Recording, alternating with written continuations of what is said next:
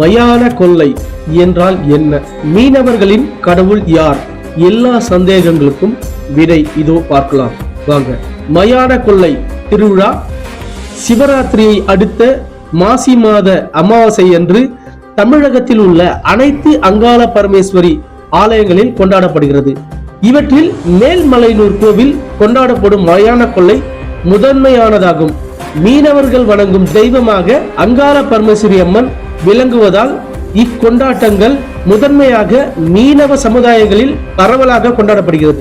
துவக்கத்தில் படைப்பு கடவுளான நான்முகனுக்கு 5 தலைகள் இருந்தன.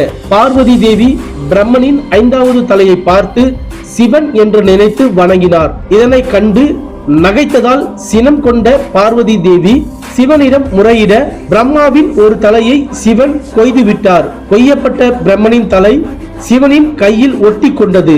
அதையே பிச்சை பாத்திரமாக ஏந்தி ஈசன் பிச்சை எடுக்கும் நிலை ஏற்பட்டது. போடப்பட்ட உணவை எல்லாம் கபாலமே விழுங்கிவிட்டதால் உலகிற்கே படியளக்கும் ஈசனுக்கே உணவு கிடைக்கவில்லை. இந்த நிலையில் பிரம்மாவின் தலை கொய்யப்பட்டதற்கு பார்வதியே காரணம் என கருதி சரஸ்வதி தேவி பார்வதியை கொடிய உருவத்துடன் நீ இடமில்லாமல் அலைந்து குற்றையை வீடாக்கி கொண்டு வாழ்வாய் என சாபமிட்டாள்.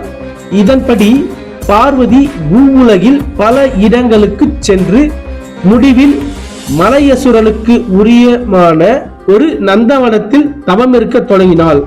அங்கு காவலுக்கு இருந்த மீனவ காவலாளி தடுத்தும் புற்றால் தன்னை மூடிக்கொண்டு அங்காள பரமேஸ்வரியாக கோவில் கொண்டாள். மலையரசன் புற்றை கலைக்க முயற்பட அவன் தன் ஆற்றலை இழந்தான். இதனால் வந்திருப்பது அம்மையே என அனைவரும் அறிந்தனர். மலையனூர் என அறியப்பட்ட இவ்விடத்தில் இன்றும் மீனவ சமூகத்தினரே சேவை செய்கின்றனர்.